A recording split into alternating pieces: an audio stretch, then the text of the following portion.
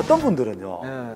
그 우울증, 노인 우울증뿐만 아니라 우울증을 이야기할 때, 아유, 그 의지가 없어 그래.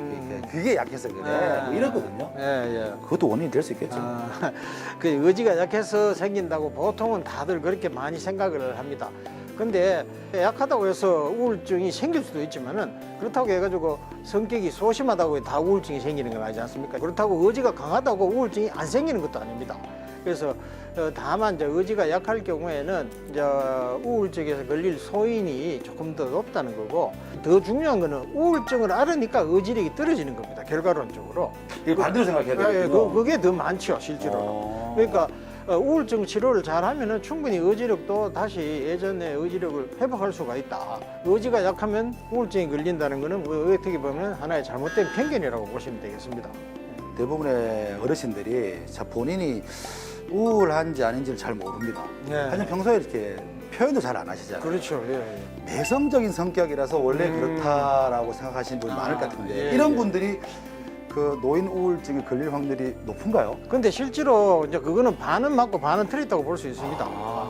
사실 어떤 분은 이제 그렇게 사회 활동이 뜸해지니까 아무래도 우울에 걸릴 위험성은 높을 수가 있는데, 그렇다고 얘가 소심한 성격이 다 우울증에 걸리는가? 그건 절대 아니거든요.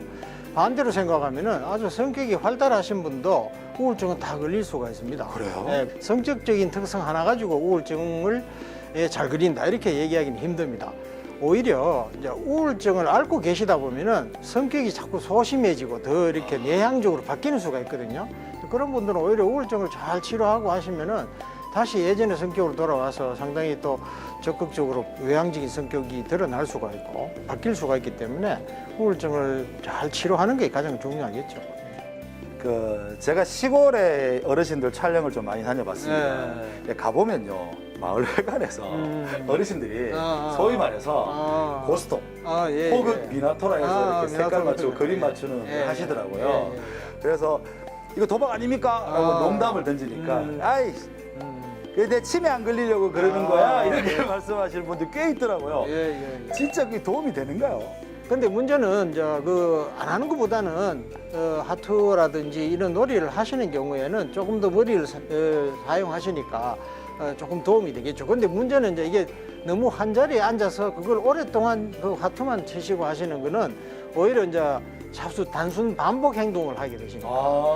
그러니까 결국은 뇌를 많이 사용하고 뇌 기능을 활성화시켜야 되는데, 똑같은 게임이나 똑같은 행동을 반복하면은 그거는 오히려 또 사고가 단순해질 수가 있습니다. 그렇겠네요. 그래서 하트를 하시더라도 미나토를 하시다가 뭐 윷놀이도 하시고 게임을 이렇게 바꿔 가시면서 하는 거는 상당히 이 뇌 기능을 활성화하는 데 도움이 되고, 육체적인 게 기능이 허락이 되시는 한은 이렇게 걷기 운동을 꾸준히 하는 게 상당히 좋습니다. 예, 발바닥에 근육을 자극을 주고 해서 그다음에 균형 감각도 좋아지고, 이것이 결국 뇌 혈류 순환에도 개선하는 효과가 있기 때문에 치매를 예방하는 효과가 있다 이렇게 알려져 있기 때문에, 그리고 걷기 운동을 병행하시고 다양한 놀이를 이렇게 섞어가면서 하시면은 상당히 도움이 되리라고 생각이 됩니다. 노인 우울증은 재발할 가능성이 높다 이렇게 하더라고요. 그 이유를 보니까 좀 나아지니까 진료를 안 받는 경우가 맞습니다. 많습니다. 진짜 재발도가 높은가요? 우울증은 전체적으로 보면은 치료가 잘 되지만은 재발률이 높은 거는 분명한 사실입니다. 그래서 반드시 우울증 치료에서 우리가 명심해야 될 부분은 자칫 빨리 약을 중단한다거나 치료를 중단하게 되면은 다시 그 뿌리가 되살아나서 우울증이 다시 재발하거든요. 근본적인 뿌리까지 치료하기 위해서는 상당 기간, 오랜 기간 동안 약을 먹으면서 지속적으로 상담을 받고 치료하는 게 가장 중요하다 이렇게 말씀드릴 수 있습니다.